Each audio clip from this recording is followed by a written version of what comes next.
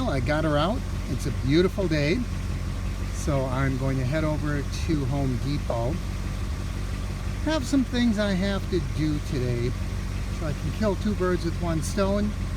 Enjoy a pleasant drive on a Sunday afternoon and get some work done. So let's hop in and get started. I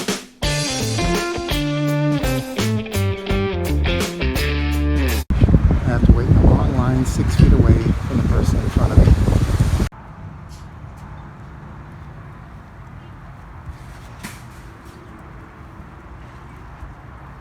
Some people are wearing masks. Most are not. You can see I'm not wearing a mask here today. I'm looking for a carpet runner to go on the steps in my garage, and I'm not seeing them here. I'm going to keep looking because I suspect they have them. If I see a worker, I'll ask. Here we go. This looks like there might be something I need. Yeah, something along this line ought to work well. There we go. I think that's going to work for me.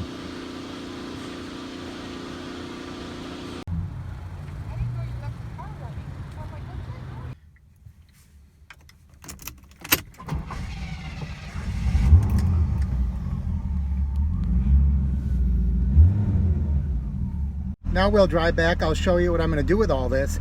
But I have a stop to make because I saw something the other day when I was heading to the post office, and I'd like to see if it's still there.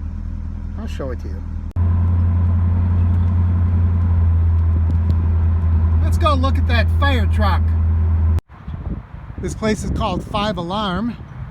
You can see they have a custom mailbox.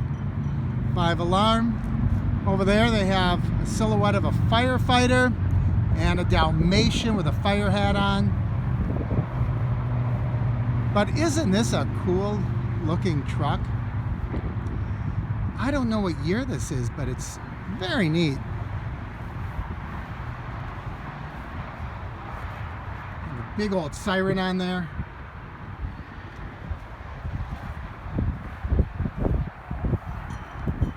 It's a Chevrolet.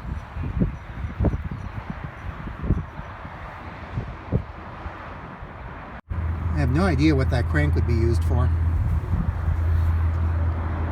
Pretty plain inside. I think that crank, believe it or not, might be for the windshield wipers. And they even have a fire hose on here. Very cool. Really nice job of restoration. Let's go look at those two silhouettes. Boy, they went all out. Look at this sidewalk. Looks pretty new. Isn't that cool? It's probably laser cut metal, it looks like. Sure enough.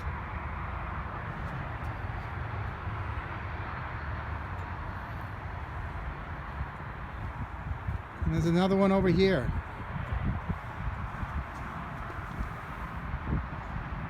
That is really well done. It looks like, I don't know, maybe they even cut some of these lines. Yeah, that's really neat. You see what I see in that reflection? Let's go look at the statue.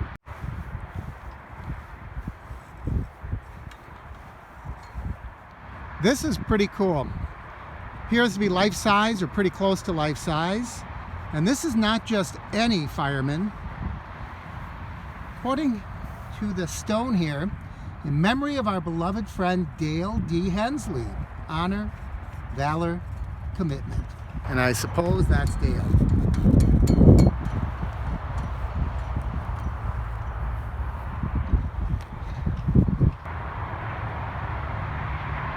But that wasn't what I wanted to show you. This just happened to be pretty much right next door to the Home Depot. What I wanted to show you isn't here anymore. There was an old Plymouth for sale on this road. A friend of mine is really interested in them, and he asked me if I would take a look at it for him, but it's gone.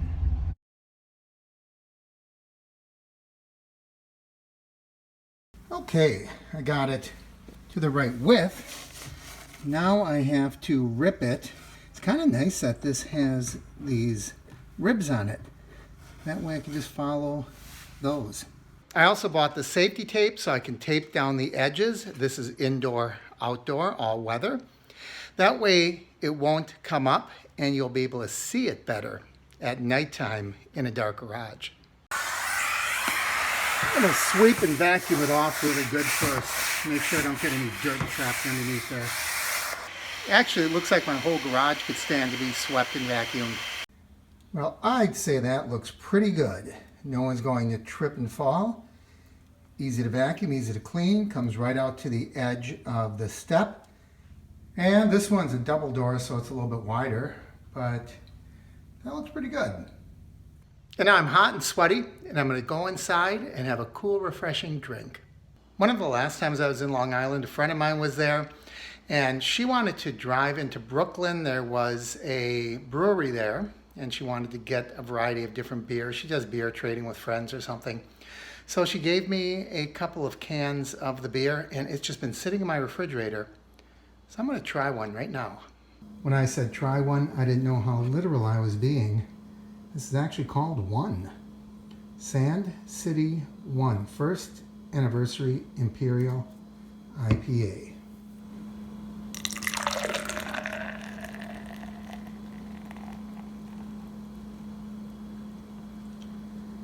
I know I shouldn't have poured it right down the middle because I'm going to have too much foam in there. We'll just let it settle a little bit. And that is in my Hollywood Tower glass. You can check in, you can't check out. I'm not really much for IPAs. I'm more of a Pilsner man myself. Actually, I don't drink much beer at all. But let's try it.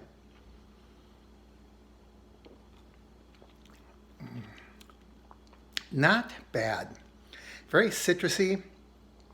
Nice taste. When you're hot and thirsty after a hard job, sometimes it's nice to just sit down and have a beer. I don't have them often, but I'm going to have one today. Now I've got one more project I want to try to work on. Somebody at some point tried to put some window tint in this car, and you can see it was a cheap job. It's starting to peel off, but if all you do is peel it off, you end up with this. Normally I'd soften it up and go at it with a razor blade, except back in 1980 the defrost is just applied to the window, so if I scrape that, I'm likely to scrape off the defroster. So I went online and I found a way that might work to get this off. And there the template is, all cut out. Now I'm going to cover the interior with plastic bags so I don't drip 409 all over everything. And I'm going to saturate the tint in the back window. I'm going to cover it up with this plastic template. Then I'm going to pull the car out into the sun and let the sun bake it for about a half hour. If I do everything right, it should soften everything up so that tint will peel right off. I got it all covered up with rags, old towels. The real trick is, it's so hard to get back there in this Corvette. So I'm going to be twisting my body up and doing the best I can. Well, that didn't work at all. When I saw it demonstrated online, it was with a regular traditional vertical window. The window on this Corvette is almost horizontal. So that plastic would just not adhere. It was adhering strictly by, sticking to the liquid, to the 409.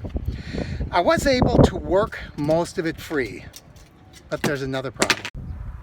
So you can see that most of that is gone. You can see right into the window. Down here, look at that. There's a little area here. Apparently, I peeled off the plastic, but for some reason, another layer stayed on that really has the majority of the tint. So this is the tint. This is what was stuck to the window. This came off, but it left behind some, I don't know what it is, another layer, if it's just discoloration. I might just leave it for now because it looks a whole lot better than it did. But I know that this is going to annoy me.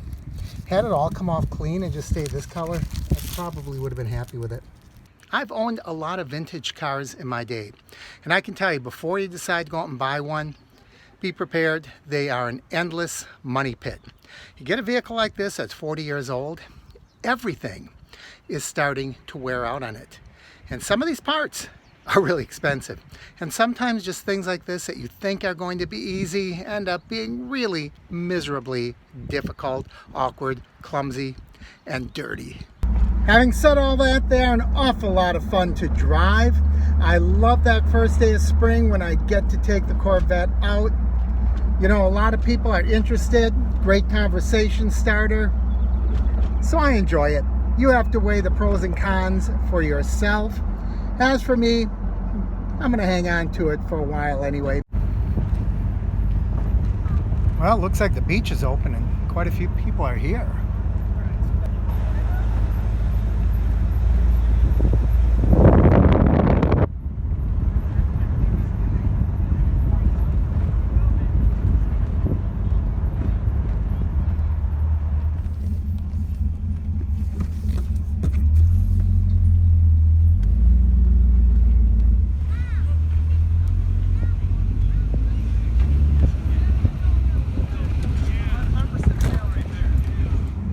Well, I hope you enjoyed our little visit today. As always, I encourage you to like and share the videos. Leave your comments down below. If you haven't already, please subscribe by clicking my face in the corner. And don't forget to ring that bell icon so you know when I post new videos. Thanks for watching, everyone. I'm Mark, and this is the Average Me Channel. And I do want to report, I got gas for 89 cents a gallon today. You heard right.